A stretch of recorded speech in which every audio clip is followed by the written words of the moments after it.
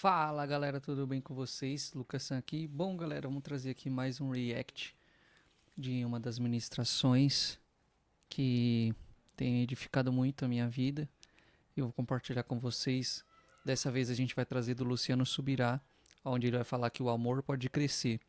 Então antes de começar o vídeo, vou pedir para você já deixar o seu like, se inscreve e ajuda a gente a bater a meta. Vamos na meta de 600 inscritos. Então se inscreve se você é novo por aqui, deixa o seu like, comente aí sobre o que você achou dessa mensagem, se você já conhecia ela. E divulga também para os seus amigos de célula, pastores, ministros de louvor, também é muito importante. Ministro de louvor conhecer mais da palavra. E vamos lá, sem mais delongas, bora lá pro vídeo.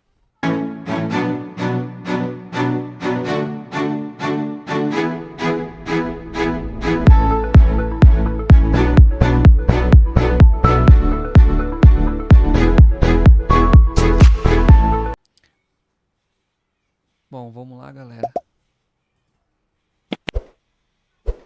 O Senhor Jesus nos revelou que o maior mandamento, aquilo que de mais importante temos nas Escrituras, é amar a Deus de todo o nosso coração, alma, entendimento e força.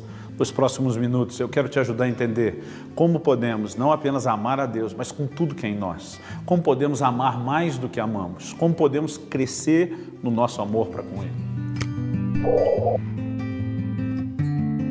O Senhor Jesus, no Evangelho de João, no capítulo 21, dos versículos 15 a 17, questiona Pedro por 3 vezes: Pedro, tu me amas? E o propósito de Jesus não é apenas ouvir um sim ou não.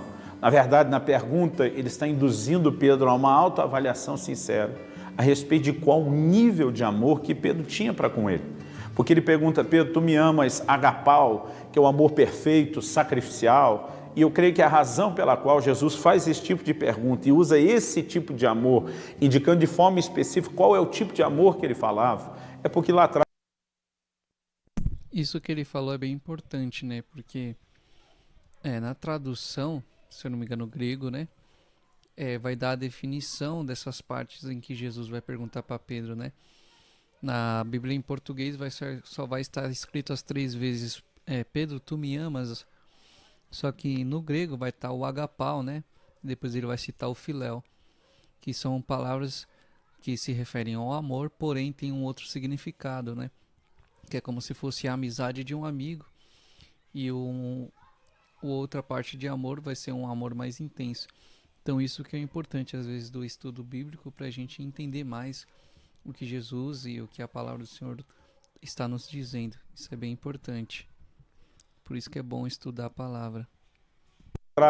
Na última ceia, Pedro tinha dito: Senhor, eu morreria por você. Pedro estava dizendo que tinha um alto nível de amor pelo Senhor, a ponto de amá-lo mais do que a própria vida. Mas o Senhor Jesus realmente aponta para Pedro dizendo: olha, antes que o galo cante, ainda essa noite, você vai me negar 3 vezes. Jesus tentou mostrar a Pedro que ele não estava onde ele acreditava que estava, que ele não amava tanto quanto ele achava que amava. E agora, quando ele se encontra e Jesus faz a pergunta: Pedro, tu me amas? Usando a palavra agapau, Pedro responde lá em João 21, dizendo: tu sabes que eu te amo, filéu. É basicamente: eu gosto de você. Amar eu amo, mas não é isso tudo. A primeira coisa que eu e você precisamos reconhecer é que o Pedro que admite isso é um Pedro que ele se encontra absolutamente entristecido.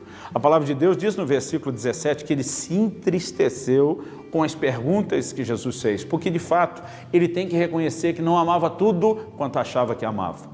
Mas nós precisamos perceber que o propósito das perguntas de Jesus, além de levá-lo a reconhecer que ele ainda não está onde deveria, é também encorajar o mesmo Pedro a acreditar que ele pode vir a amar mais do que aquilo que ele amava naquele momento. Nos versículos depois, do 18, 19, indo até o 20, a conversa que Jesus tem com o apóstolo Pedro é muito esclarecedora e, para mim, inspiradora. Porque primeiro ele mexe com Pedro, que tinha prometido: Senhor, por ti eu morreria. Jesus disse: será que você está pronto para isso? Jesus revelou que Pedro iria negá-lo, isso aconteceu. Jesus provou o seu ponto: Pedro, você não está pronto para morrer por mim. Mas Jesus não estava dizendo que Pedro nunca estaria. Na verdade, nos versículos seguintes, Jesus tem uma conversa com Pedro e diz: olha, quando você era mais moço, Eu creio que isso não é só idade cronológica, mas fala também de maturidade.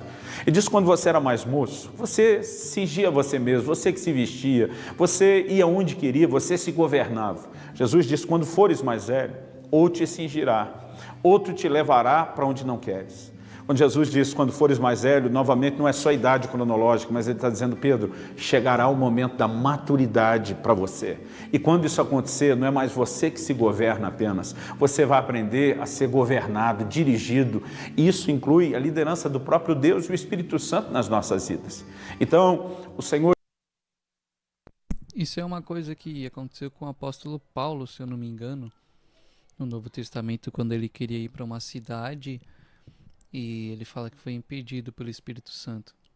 Então a gente entende que liberdade não é a gente fazer o que a gente quer, mas que liberdade é simplesmente saber ouvir a voz do Senhor e obedecer. Liberdade é também dizer não, mesmo a nossa carne querendo que a gente diga sim. Não é fácil, mas é possível. Vamos lutar para isso. Vamos continuar. O Jesus, quando tem essa conversa com Pedro, ele diz assim, estenderás as mãos, outro te cingirá e te levará para onde não queres. O versículo 19 conclui, disse isso, significando com que gênero de morte Pedro haveria de glorificar a Deus. Por que é que Jesus está mexendo nessa conversa de morte exatamente agora?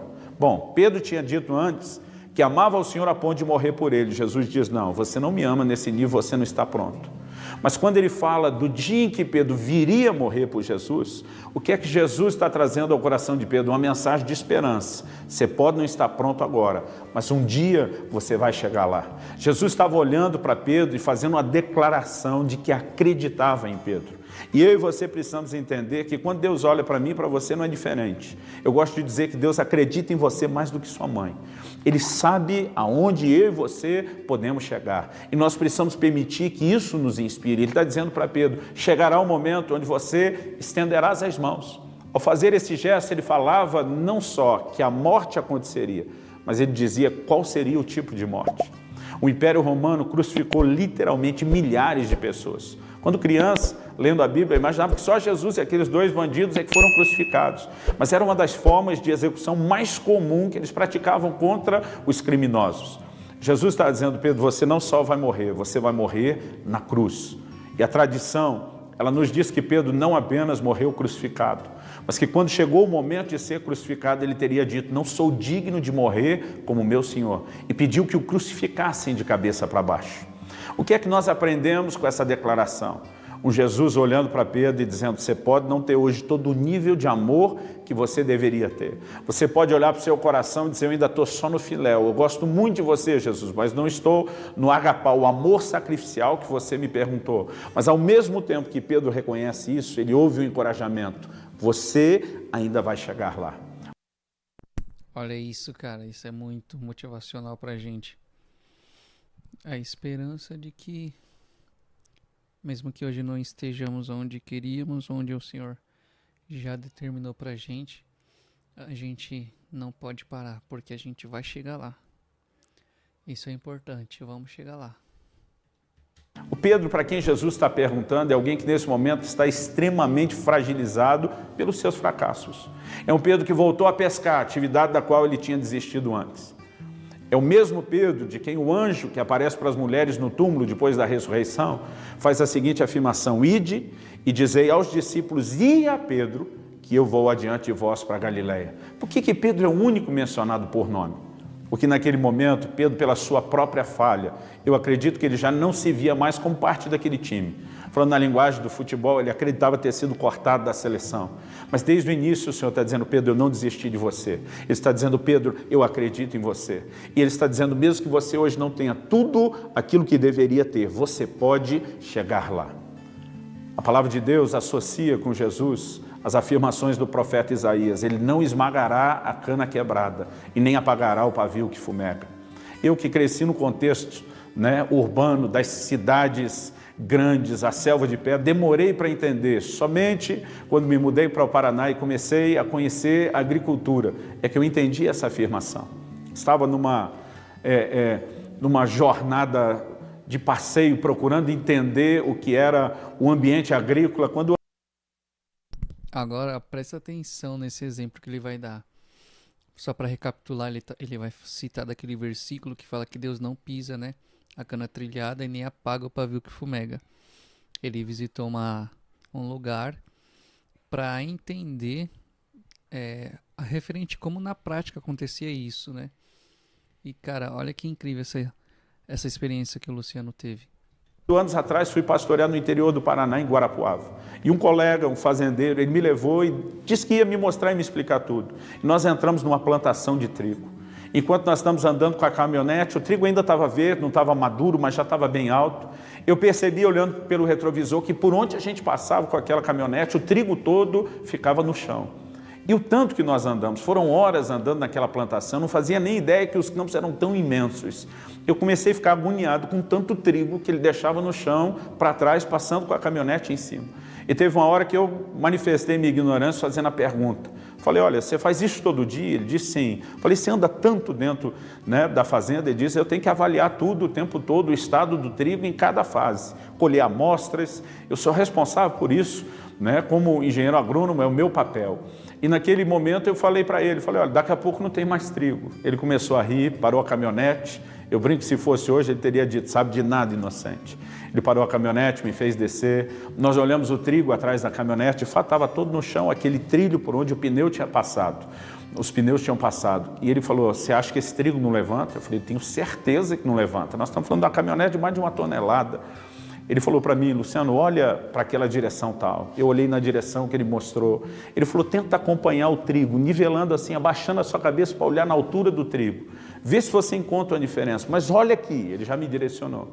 Eu consegui, falei, eu consigo ver 2 carreiros onde o trigo parece estar menor, mais ou menos 1 palmo abaixo do resto. Ele falou, meça a medida que o carreiro tem e a distância de um carreiro com o outro. Eu olhei bem. Ele falou, agora olha para trás da caminhonete. Eu medi, comparei, olhava de novo. E a minha cabeça naquela hora parecia que explodiu. Eu falei, não, você não está querendo dizer que você passou ali e o trigo levantou. Ele disse, ele levantou. Ele falou, olha para trás de você. Quando eu olhei para trás, era bem mais fácil de olhar, porque eram mais de 2 palmos de distância, dá para ver o carreiro nítido. Ele falou, olha, aquele outro você olhou, faz 2 semanas que eu passei. O de trás faz 1 semana que eu passei. E a minha cabeça não conseguia aceitar aquilo, dizendo, não tem como esse trigo levantar. E quando eu falei, é impossível levantar, ele se ajoelhou, pegou um daqueles trigos quebrados, ele foi bem onde o caule estava quebrado, ele falou, a única maneira de ser impossível é se você fizer isso.